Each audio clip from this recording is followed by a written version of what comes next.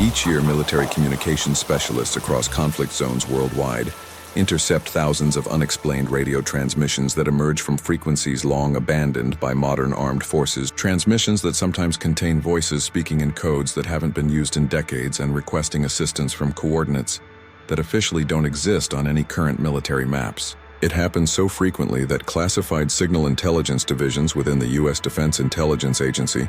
Britain's GCHQ, and Israel's Unit 8200 have dedicated entire teams specifically to monitoring and investigating these phantom communications, with annual budgets exceeding $300 million in security clearances that go beyond top secret into compartmentalized access programs that most generals will never even hear about during their entire careers.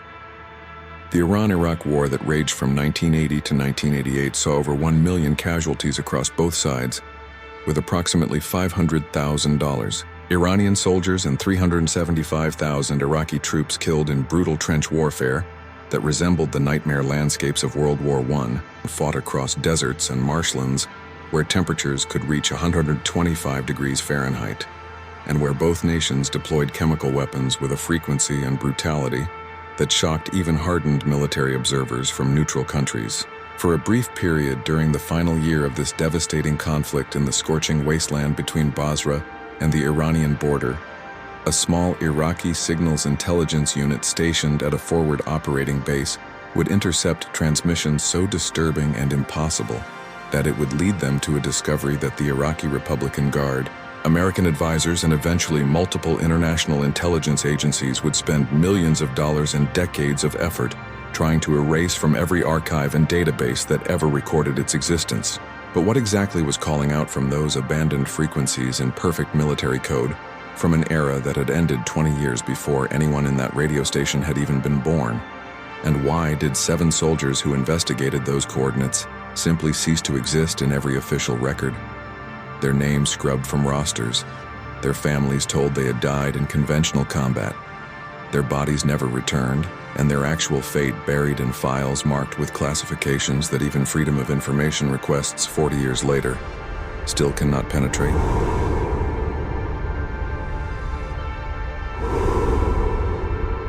The region stretching between the Iraqi city of Basra and the Iranian border encompasses roughly 42,000 square kilometers of some of the most inhospitable terrain on the planet.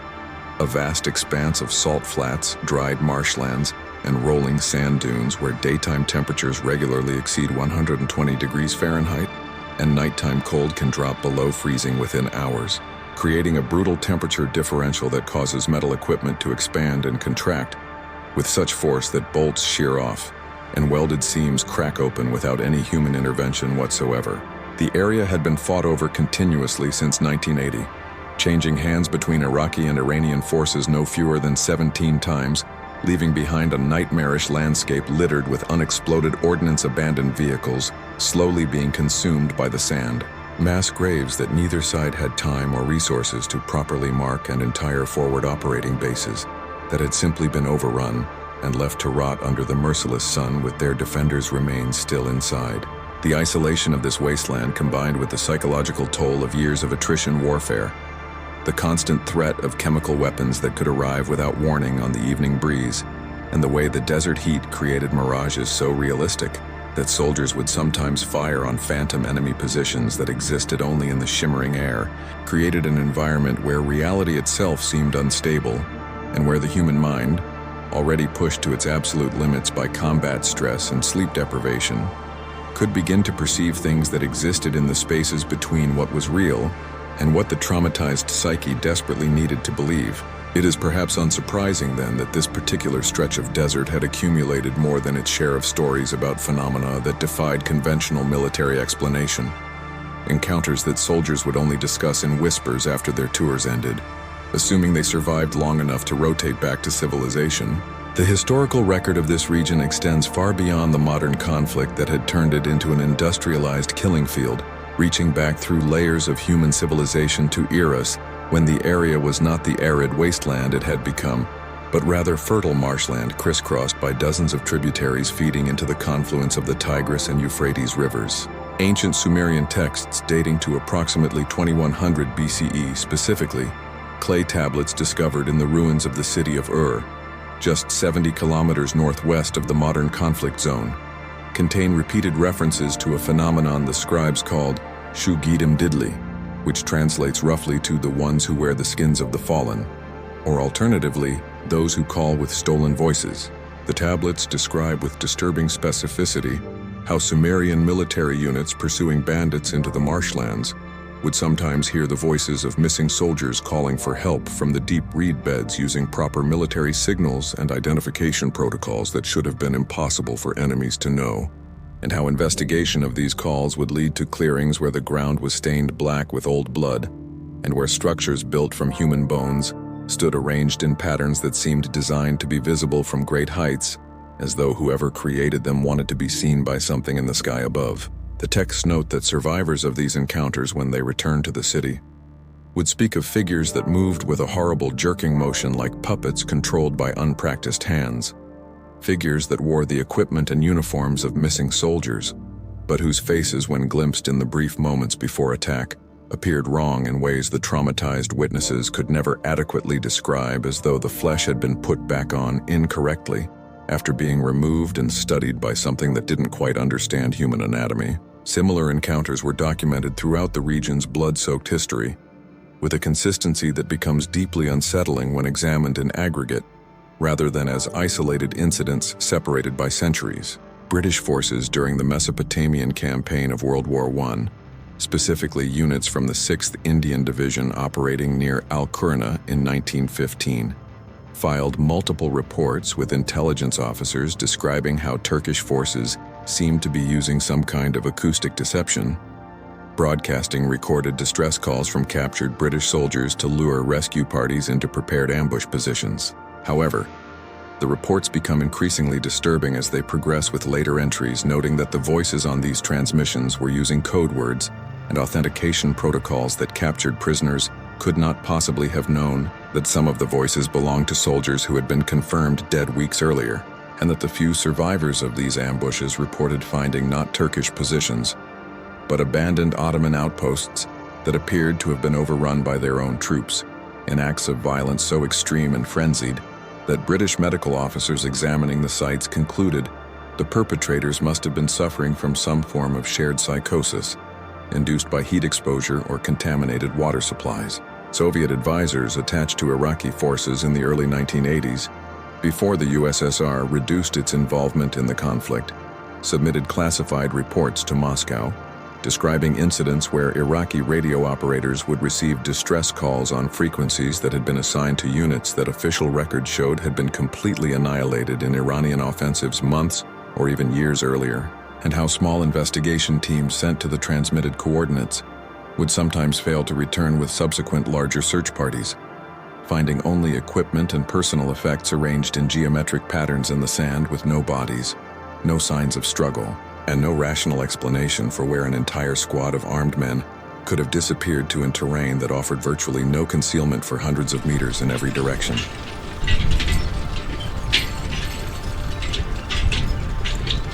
On the night of February 11, 1988, at precisely 22:47 hours, Staff Sergeant Tariq al-Duri, a 32-year-old communications specialist with the Iraqi Republican Guard's 7th Signal Intelligence Battalion, who had earned the nickname Al-Samt, or the Silent One, for his uncanny ability to pick out meaningful transmissions from overwhelming radio noise, was conducting his routine frequency sweep from forward operating base Hamza, a collection of reinforced bunkers and communications equipment situated 47 kilometers southeast of Basra, in terrain so flat and featureless that the base's 10-meter radio mast could be seen from almost 15 kilometers away in daylight. Tariq had been at his post for 6 hours, already monitoring the standard Iraqi military frequencies, while simultaneously scanning abandoned bands that Iranian forces had used earlier in the war, part of the constant signals intelligence effort to predict enemy movements and identify potential infiltration attempts before they could threaten Iraqi positions. The temperature had dropped to 43 degrees Fahrenheit, cold enough that Tariq wore his heavy coat inside the communications bunker, despite the propane heater struggling to maintain warmth in the concrete structure, and the only sounds were the constant hiss and crackle of radio static. the occasional distant rumble of artillery exchanges happening somewhere along the front lines to the east, and the rhythmic breathing of Corporal Yasin Khatib, the 24-year-old assistant operator who sat at the secondary radio station, monitoring a different set of frequencies while fighting to stay awake during the mind-numbing tedium of the night watch. It was Tariq who first noticed the anomaly, a subtle change in the static on a frequency that hadn't seen active use since 1967, the year of the Six-Day War, when this particular band had been assigned to Egyptian military units operating in the Sinai Peninsula, over 1,500 kilometers away from their current position. And his hand moved to the tuning dial with the practiced precision of someone who had spent 12 years working with radio equipment, fine-tuning the signal until a voice emerged from the white noise, faint at first but growing stronger as he adjusted the frequency with minute precision. The voice that came through the speakers spoke in Arabic with a formal, almost archaic phrasing that hadn't been used in military communications for decades. Using authentication codes and identification protocols that Tariq recognized from training manuals he'd studied, covering historical Iraqi military procedures, but that hadn't been operationally relevant since before he'd even enlisted. "This is Lieutenant Hashim Rashid, 2nd Reconnaissance Company, requesting immediate assistance and medical evacuation for wounded personnel. Our position has been compromised and we are taking casualties. Authentication code is Delta 79 Victor Tango. Coordinates follow." And then a string of numbers that Tariq frantically scribbled onto his notepad, while his mind raced to understand what he was hearing, because Delta 79 Victor Tango was an authentication code from the Iraqi military's 1965 cryptographic system that had been completely replaced years before Tariq had even joined the service. Corporal Yasin was now fully alert, staring at Tariq with wide eyes as the transmission repeated, the voice maintaining the same calm, professional tone despite claiming to be under attack. And when Tariq cross-referenced the coordinates on the topographical map pinned to the bunker wall, he felt his stomach tighten because the location was 63 kilometers due east, deep in contested territory that had changed hands so many times that current intelligence reports classified it as a no-man's land, where neither Iraqi nor Iranian forces maintained permanent positions. Within minutes, Tariq had awakened Captain Nabil Aziz, the 38-year-old base commander known as the Bureaucrat, for his obsessive attention to proper procedure and documentation. A career officer who had spent the entire war at rear echelon positions and who viewed any deviation from established protocol as a personal insult to military order. And Tariq watched the captain's expression shift from irritation at being disturbed to confusion, to something approaching genuine concern as he listened to the recording Tariq had made of the transmission, rewinding it 3 times to verify the authentication codes and coordinate readout. The captain's first instinct was to dismiss it as some kind of Iranian deception operation, an attempt to lure Iraqi forces into an ambush using stolen or fabricated codes. But Tariq pointed out that the authentication code being used was so old that even most Iraqi officers wouldn't recognize it, that no Iranian intelligence officer would waste effort using codes from 1965 when they could use current systems that would be far more convincing, and that the voice itself had a quality to it that was subtly wrong, a flatness in the emotional tone despite the words describing a desperate tactical situation, as though whoever was speaking was reading from a script rather than actually experiencing the crisis they described. Against what Tariq would later recognize as his better judgment, but following orders he couldn't refuse without facing court-martial, he found himself 2 hours later cramped in the back of a Soviet-made BTR-60 armored personnel carrier, along with Corporal Yasin, Captain Aziz, Sergeant Khalil Mansour, a 41-year-old veteran of the 1973 Yom Kippur War, who served as the unit's senior combat advisor, and who carried an AK-47 that looked like it had been through every major engagement of the past 15 years. Private First Class Omar Haddad, a 19-year-old radio man fresh from training who'd been assigned to the unit only 3 weeks earlier, and who clutched his own rifle with the white-knuckled grip of someone who'd never actually fired at another human being. And Specialist Rashid Saleh, a 27-year-old combat engineer whose primary job was to identify and disarm the countless mines and unexploded ordnance that littered the region, and who brought a metal detector and a portable field kit containing enough explosive ordnance disposal tools to defuse anything short of a strategic nuclear weapon. The drive through the darkness was a nightmare of rough terrain and constant mechanical problems, the BTR's engine making concerning grinding noises that the driver, a conscript named Hamza who looked barely old enough to shave, insisted was normal. Despite how the entire vehicle shuddered with each gear change, and through the vehicle's firing ports, Tariq could see nothing but endless darkness, occasionally broken by the distant flash of artillery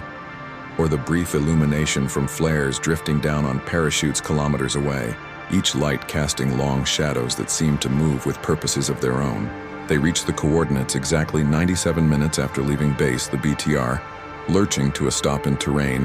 that looked identical to every other square kilometer of desert they'd crossed. And as Tariq stepped out into air that was now cold enough to see his breath, his boots sinking slightly into sand that had the wrong texture,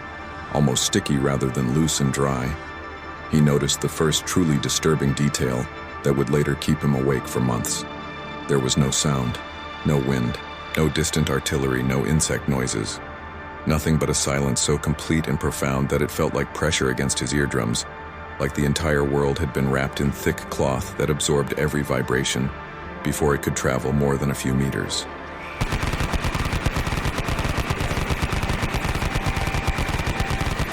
Captain Aziz was screaming orders with the desperate authority of an officer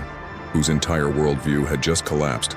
but who still clung to military protocol like a drowning man grasping debris, demanding they fall back to the BTR in tactical formation, maintain fields of fire, suppress the enemy with controlled bursts.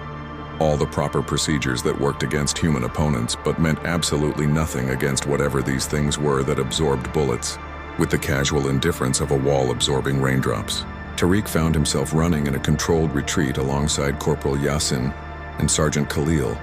all three emptying their magazines in the general direction of the advancing figures,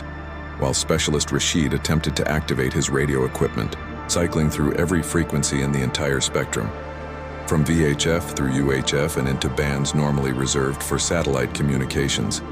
finding nothing but that same omnipresent static, occasionally punctuated by fragments of voice that might have been their own panicked breathing reflected back at them through some impossible acoustic phenomenon. They reached the BTR to discover that the driver Hamza had already started the engine in violation of direct orders to remain at the vehicle, his face visible through the forward viewport showing an expression of animal terror that transcended military discipline or rational thought. And as the surviving team members scrambled through the rear hatch,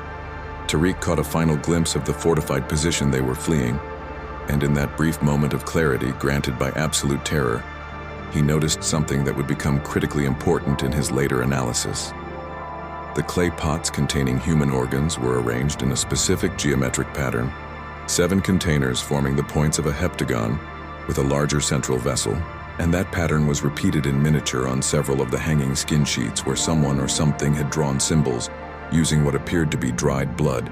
7 pointed stars and characters that looked vaguely cuneiform, but didn't match any ancient writing system Tariq had studied during his mandatory cultural heritage training. The BTR lurched into motion with such violence that Sergeant Khalil was thrown against the metal interior wall hard enough to crack 2 ribs, and the vehicle's engine produced sounds that suggested major mechanical damage. Grinding and shrieking noises that competed with Captain Aziz's continued shouting about proper retreat protocol and the need to report this encounter through proper channels to division headquarters, where surely someone would have procedures for dealing with whatever fresh hell they'd just survived. But Tariq knew with absolute certainty that no procedure existed for what they'd witnessed, because no military manual in any army anywhere in the world contained protocols for dealing with entities that wore human skin, like ill-fitting costumes and harvested living soldiers with the efficiency of butchers processing livestock. And as he pulled out the notebook he always carried for logging radio intercepts and began sketching the geometric patterns he'd observed with hands that shook so badly, the pencil lines looked like seismograph readings during an earthquake. He realized that documentation was the only weapon he had left against the creeping madness that threatened to convince him this entire night had been nothing but stress-induced hallucination. It was Corporal Yassin, his background as a former university student in Baghdad before conscription, giving him knowledge that proved more valuable than any military training.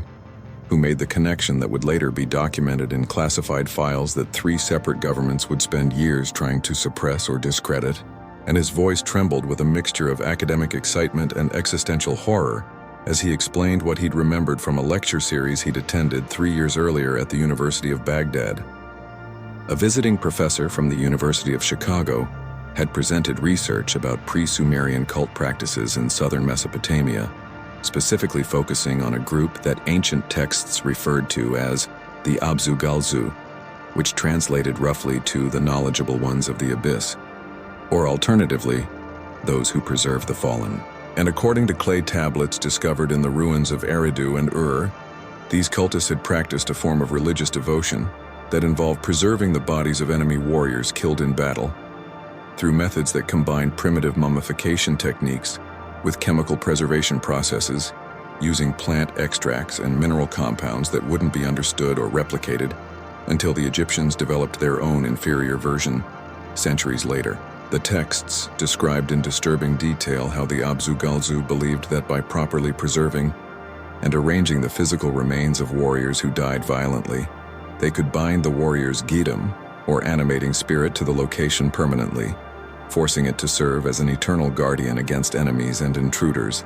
and the preservation process apparently required the systematic removal and separate storage of internal organs in clay vessels marked with protective symbols corresponding to the 7 major stars of the Pleiades constellation, while the skin would be carefully removed in large sections, treated with extracts from desert plants that contained natural antiseptic and preservative compounds, and then used as construction material for ritual structures that would serve as focal points for whatever spiritual or consciousness-binding process they believed they were performing. Yassin's hands shook as he compared Tariq's sketches to what he remembered from photographs the professor had shown, pointing out that the 7-pointed star pattern corresponded exactly to astronomical charts from approximately 3200 BCE, showing the Pleiades constellation, which pre-Sumerian cultures had associated with death, the underworld, and the transition between states of existence. And his voice dropped to barely above a whisper, as he suggested that if the historical accounts were even partially accurate, what they'd encountered might not be supernatural phenomena in the traditional sense of ghosts or demons, but rather the horrifying success of an ancient preservation technique that had worked far beyond its creator's intentions or understanding,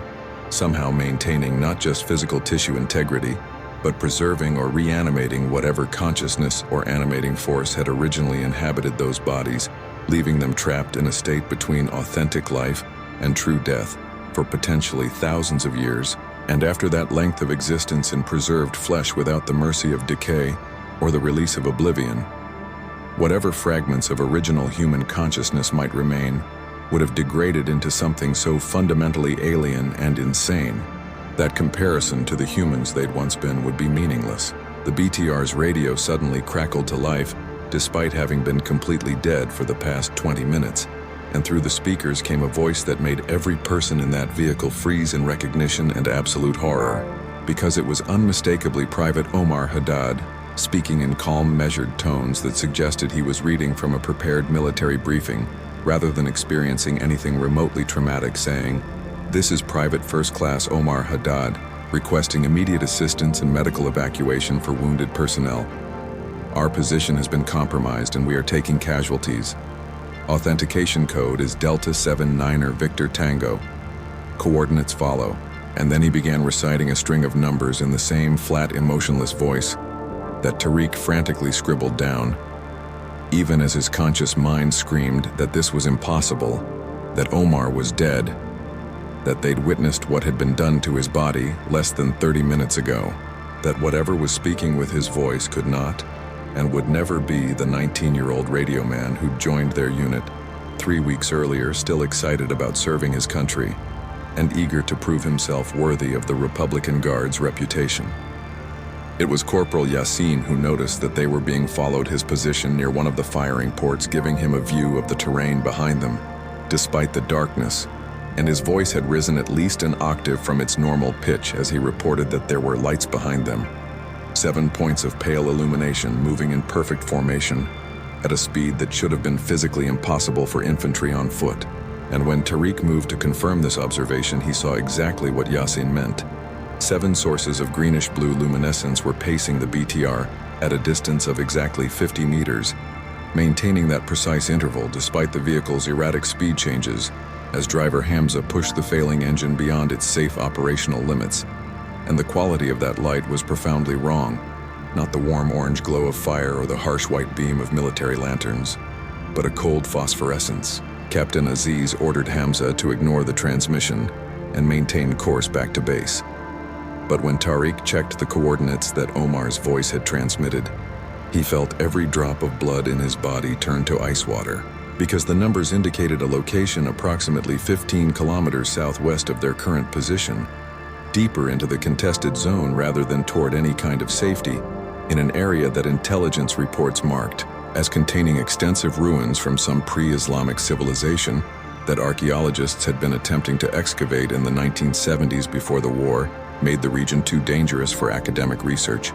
and the implications of those transmitted coordinates, combined with Yasin's explanation of the Abzu Galzu cult practices, suggested something so nightmarish that Tariq's mind initially refused to process it fully. The possibility that what they'd encountered at that first fortified position might not be an isolated phenomenon, but rather just one outpost in a network of these preservation sites scattered across the region, each one maintaining its own complement of eternally vigilant guardians who used the voices of their most recent victims to lure new prey into range for harvest and processing and eternal service. The decision of what to do with this horrifying information was taken out of their hands when the BTR's engine finally gave up its mechanical ghost with a grinding shriek of tortured metal and seized bearings, the vehicle shuddering to a complete halt that threw everyone forward against restraints and equipment, with enough force to leave bruises and lacerations that would later serve as physical evidence that this encounter had been undeniably real, rather than some kind of shared combat stress hallucination. And as the engine's death rattle faded into silence, they could hear through the thin armor plating the sound of those 7 lights drawing closer, accompanied by wet clicking noises and the distinctive tearing sound of poorly attached skin ripping and somehow reattaching itself with each jerking movement. And the realization settled over them like a suffocating blanket that they were stranded in the darkness, with no transportation, limited ammunition, failing communications equipment, and being hunted by things that had been perfecting their predatory techniques for literally thousands of years. They had approximately 4 hours until dawn, and Sergeant Khalil, functioning as the senior combat veteran despite his cracked ribs and the way his hands trembled when he tried to load a fresh magazine into his rifle, made the tactical assessment that their only chance of survival was to find defensible cover and hold position until first light, when they could attempt to signal for rescue using visual methods, since radio communication had proven utterly unreliable. Captain Aziz, his officer's facade cracking to reveal the terrified bureaucrat beneath, initially insisted they should remain with the BTR and await rescue according to proper stranded vehicle protocol. But Tariq pointed out with more force than he'd ever used addressing a superior officer that proper protocol assumed they were dealing with conventional military threats and conventional physics, and that whatever was hunting them had already demonstrated it didn't follow conventional rules of any kind. The decision was made to move on foot toward a cluster of ruins that specialist Rashid identified on his map as being approximately 3 kilometers northeast, pre-Islamic structures that had been partially excavated in the 1970s before budget cuts,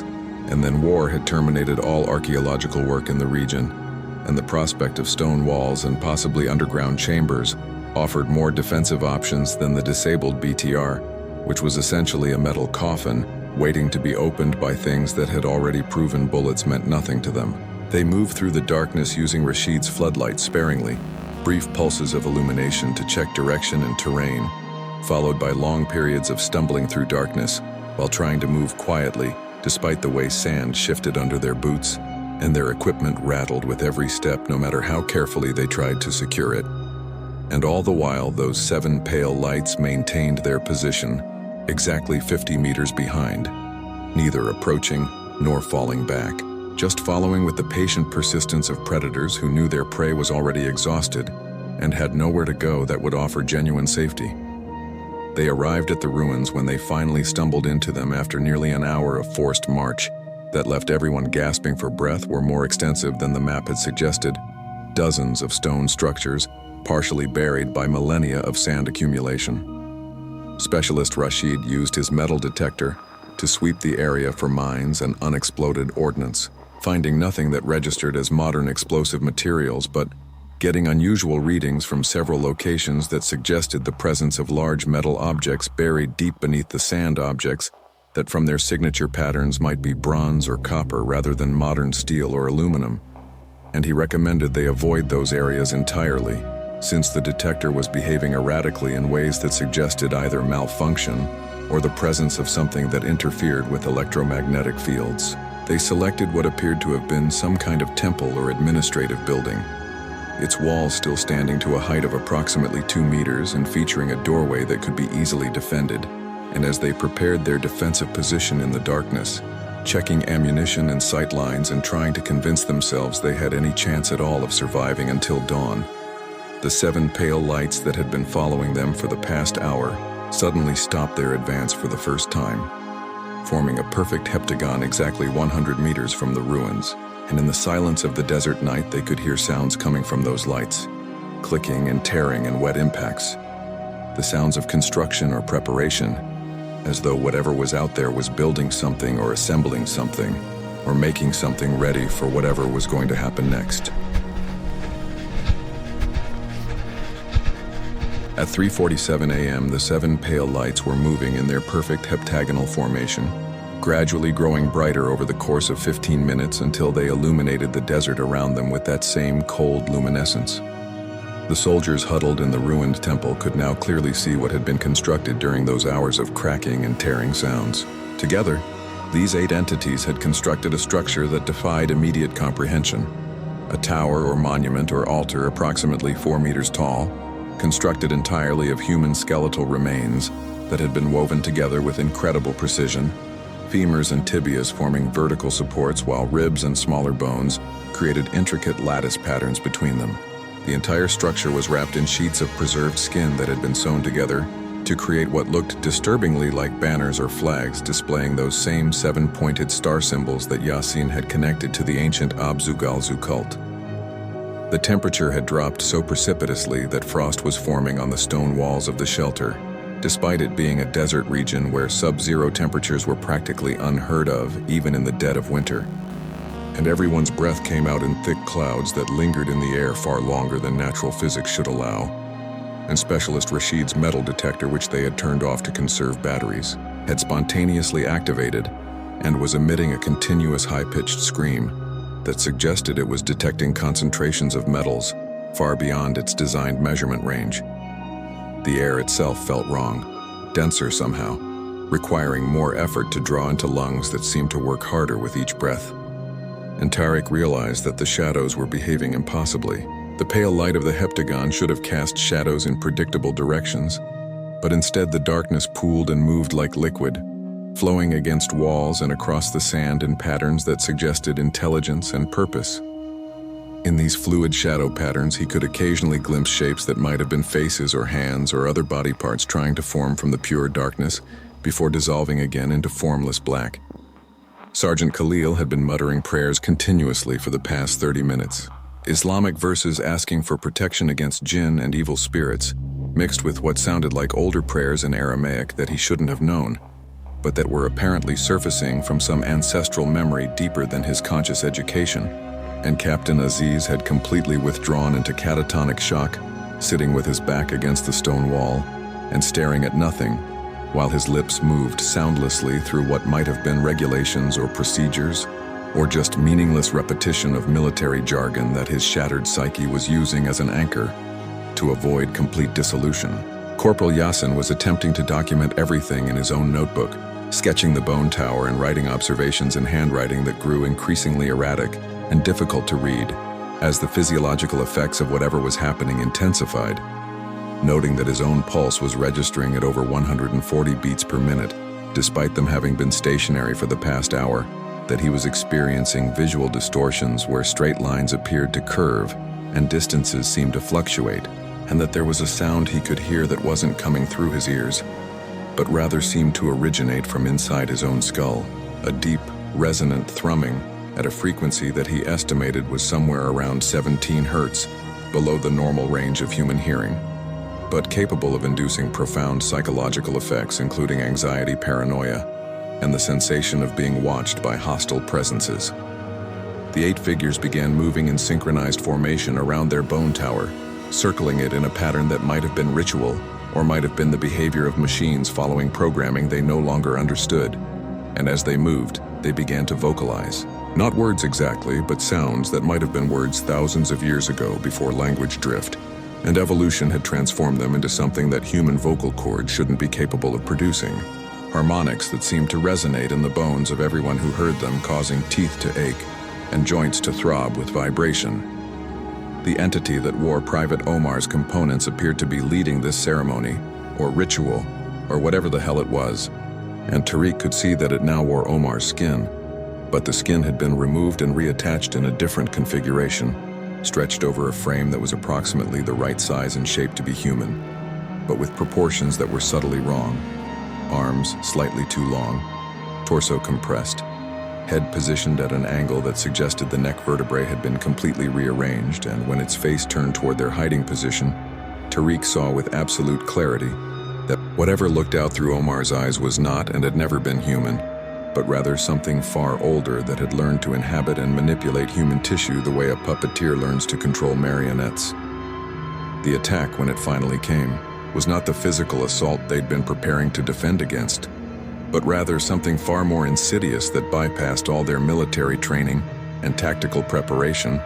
and struck directly at the fundamental level of consciousness and reality perception. The 8 figures stopped their circling simultaneously and turned to face the ruined temple in perfect unison,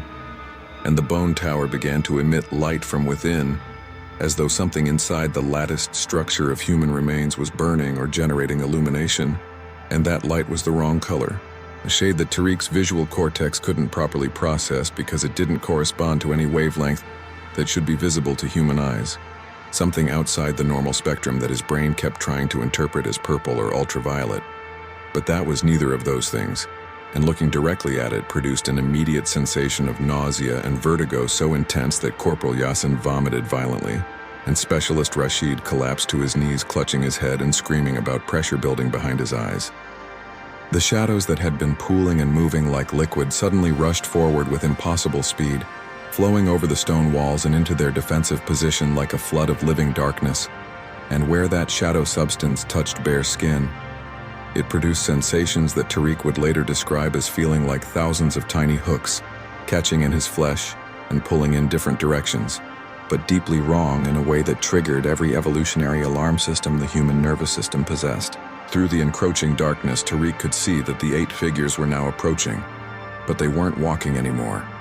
They were moving through the shadows, as though the darkness itself was a medium they could swim through or teleport across, appearing first at the periphery of vision, and then suddenly much closer without any visible transition between positions, and the air was filled with that clicking sound intensified 1,000-fold, like a swarm of enormous insects, or the sound of every joint in 1,000 human bodies dislocating and relocating at once. Sergeant Khalil raised his rifle with shaking hands and fired an entire magazine at point-blank range into the nearest figure, but the bullets passed through shadow and struck stone behind the target, and the entity continued its approach without pause or acknowledgement, reaching out with hands that had too many fingers,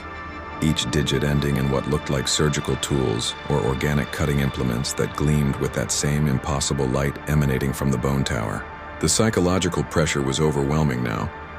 Tariq could feel his sense of self beginning to fragment under the assault of sensory information that his brain wasn't designed to process. Reality itself seemed to be peeling away in layers, revealing something beneath that was utterly alien and hostile to human consciousness. And he realized with terrible clarity that they were about to die not through violence or injury, but through simple dissolution. Their bodies would be disassembled with the same meticulous care that had been applied to Private Omar and the countless other victims who had been processed through whatever this obscene preservation system was over the course of millennia, and their consciousness would be bound to this place, trapped in dead flesh that wouldn't decay, forced to serve as guardians and lures for future victims, an eternity of awareness without release in bodies that moved without their consent and spoke words they didn't choose, And that fate was so much worse than simple death that Tariq found himself seriously considering using his last bullet on himself,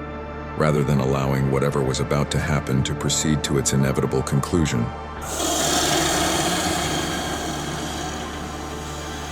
The salvation came not from human intervention, but from a combination of technological accident and astronomical timing that would later be classified as either divine providence by those who believed in such things, or statistical inevitability by those who preferred mechanical explanations for survival, when death had seemed absolutely certain. At precisely 0412 hours,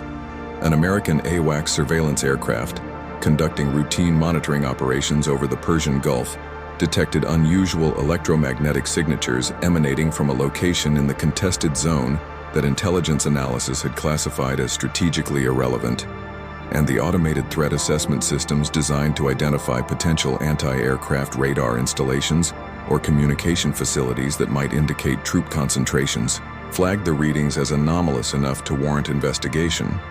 because the electromagnetic spectrum being broadcast from that location included frequencies that hadn't been used by any military force since the 1960s, and signal patterns that didn't match any known communication protocol in the extensive database of Warsaw Pact and Middle Eastern military equipment.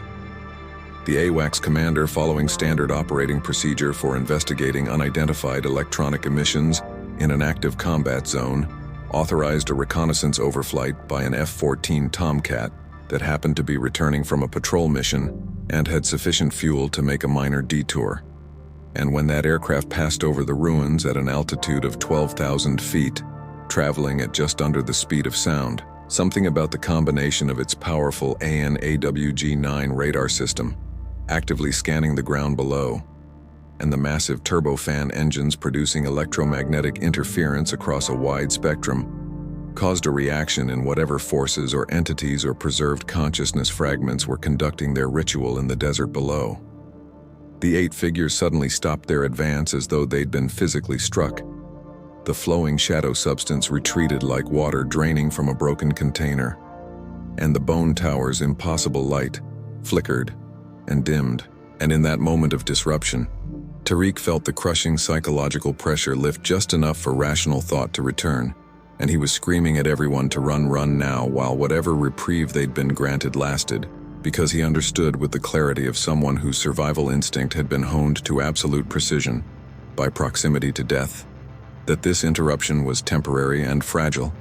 and would not last beyond the few seconds it would take for those entities to recover from whatever had momentarily disrupted their ritual. They fled through the ruins in complete chaos with no tactical formation or defensive consideration, just pure animal flight response, driving them across sand and stone, while behind them, the clicking sounds resumed with renewed intensity that suggested rage or frustration or whatever emotion-equivalent beings that had been trapped between life and death for thousands of years experienced when their carefully prepared ceremony was interrupted by random chance and modern technology. Specialist Rashid fell twice, his damaged knee from some previous injury giving out under the stress of sprinting across uneven terrain, and both times Sergeant Khalil hauled him back to his feet, despite the agony from his cracked ribs that left him gasping and spitting blood from internal injuries that were worsening with each jarring impact. Corporal Yasin had grabbed Captain Aziz and was physically dragging the catatonic officer along,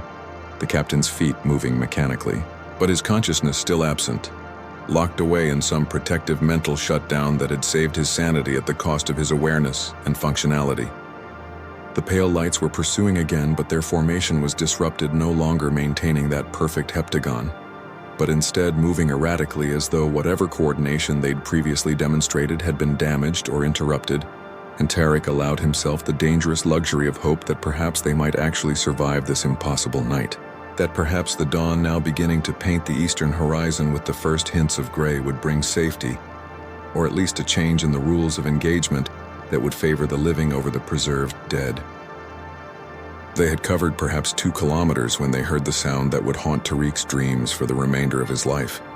A helicopter rotor cutting through the pre-dawn air, multiple helicopters actually, the distinctive thump of Soviet-made Mi-24 gunships that were standard equipment for Iraqi Republican Guard aviation units, and those aircraft appeared over the ridge to the north, flying in attack formation with their nose-mounted turrets already tracking toward the ruins they'd just fled. What happened next occurred so quickly that Tariq's memory of it would always be fragmented and incomplete, like a film with frames removed.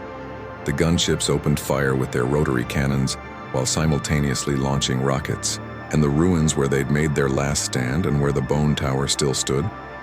erupted in a series of explosions that lit up the desert with orange flame and sent debris arcing into the air. And in the light of those explosions, Tariq caught one final glimpse of the 8 figures caught in the open by the attack, and he saw them beginning to disintegrate, not dying exactly but rather unmaking themselves, the carefully preserved tissue that had maintained its integrity for millennia, suddenly experiencing all the decay it should have undergone centuries ago, compressed into seconds, flesh sloughing away from bones that themselves crumbled to powder. And the screaming that came from those dissolving forms was not sound carried on air, but rather something that bypassed ears entirely and struck directly at the nervous system. A sensation of utter loss and rage, and something that might have been relief at finally being released from an existence that should never have continued past natural death. The helicopters landed in a perimeter formation approximately 500 meters from the survivors, and armed soldiers emerged with weapons raised. But these weren't regular Iraqi army troops. Their uniforms lacked unit insignia, and their equipment was too advanced for standard issue, and the officer who approached them was a colonel, whose name Tariq never learned, and who spoke with the clipped, authoritative tone of someone accustomed to absolute obedience and complete information security. The colonel's first words after confirming they were conscious and capable of communication were not questions about their welfare or situation, but rather very specific inquiries about what they'd seen and documented. And when Corporal Yassin hesitantly offered his notebook containing sketches and observations, the colonel took it without thanks and immediately passed it to an aide who sealed it in a heavy-duty plastic bag marked with symbols that Tariq recognized as indicating materials destined for classified archives. They were separated immediately, each survivor placed in a different helicopter with armed guards who made it very clear through body language, if not explicit statement, that attempting to communicate with fellow survivors or the helicopter crew would not be tolerated. And as Tariq's aircraft lifted off, he looked down at the ruins now burning with fires that seemed too intense and too widespread to have been caused by the initial rocket attack. And he realized that the military was systematically destroying the entire site, not just suppressing evidence but attempting to erase it so thoroughly that nothing would remain that could be studied or analyzed or used to confirm that what they'd experienced had been real rather than hallucination. Captain Aziz was unconscious or still catatonic, being carried on a stretcher. Sergeant Khalil was visibly injured and being given medical attention that seemed more focused on keeping him sedated than treating his injuries. Corporal Yassin was arguing with his guards about the notebook and trying to explain that it contained important documentation of a significant archaeological and military discovery. And Specialist Rashid had the expression of someone who'd already resigned himself to whatever was about to happen and was simply going through the motions of existence without any expectation of autonomy or agency. The flight back to what Tariq assumed would be a major military installation took approximately 40 minutes, during which time he was not restrained, but was clearly being monitored by at least 3 armed personnel who watched him with the cold professional attention of people trained to neutralize threats before they could fully manifest. And when he tried to ask where they were being taken and what would happen next, the only response was a hand gesture indicating silence, and a look that suggested asking additional questions would be interpreted as a hostile act, worthy of forceful correction.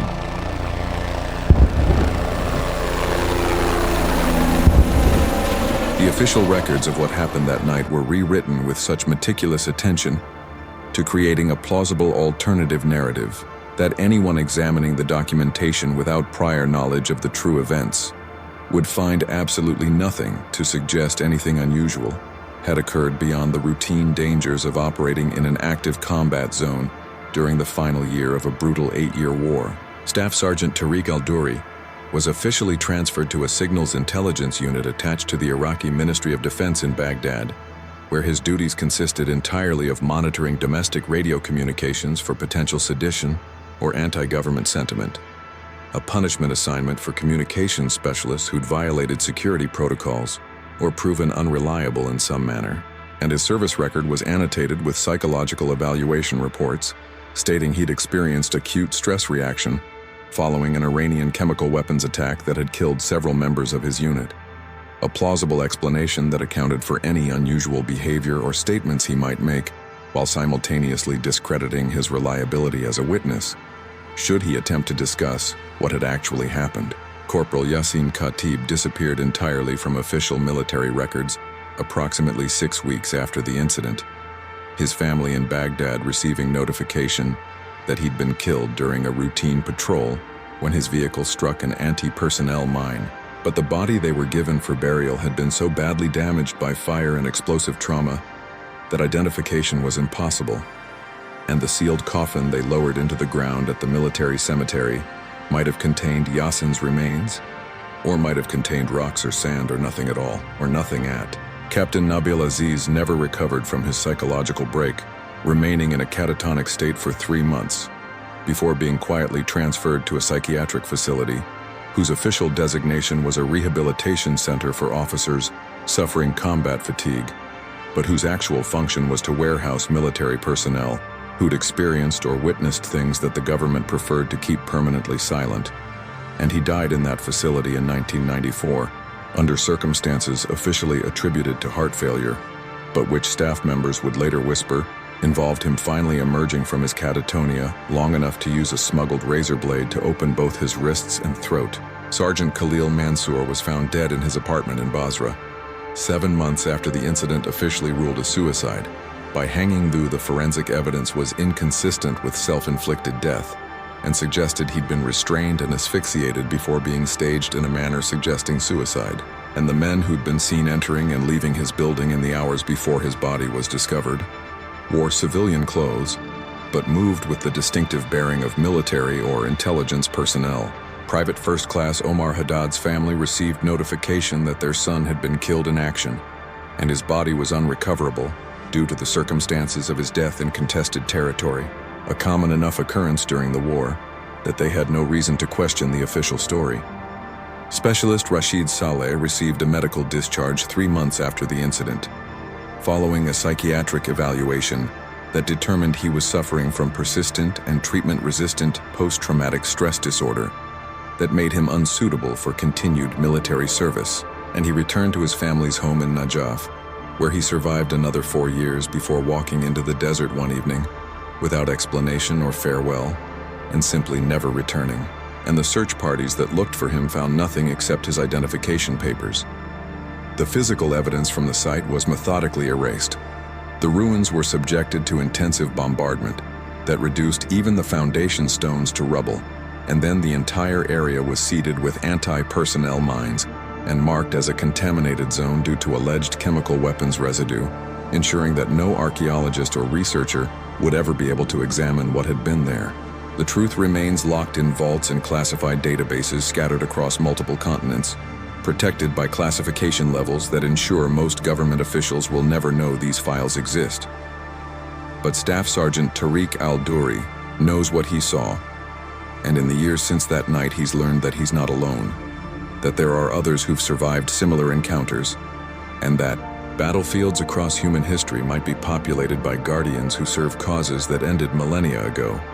but who continue their vigil with the patient persistence of entities for whom time has become meaningless, and for whom the distinction between life and death has been erased by techniques that modern science insists are impossible, but that clearly work far better than anyone wants to admit. Don't forget to follow our channel for more classified military encounters that governments around the world are desperately trying to keep hidden. Hit the notification bell to never miss our investigations into phenomena that defy everything we've been taught about reality, and subscribe to join our community. See you next time.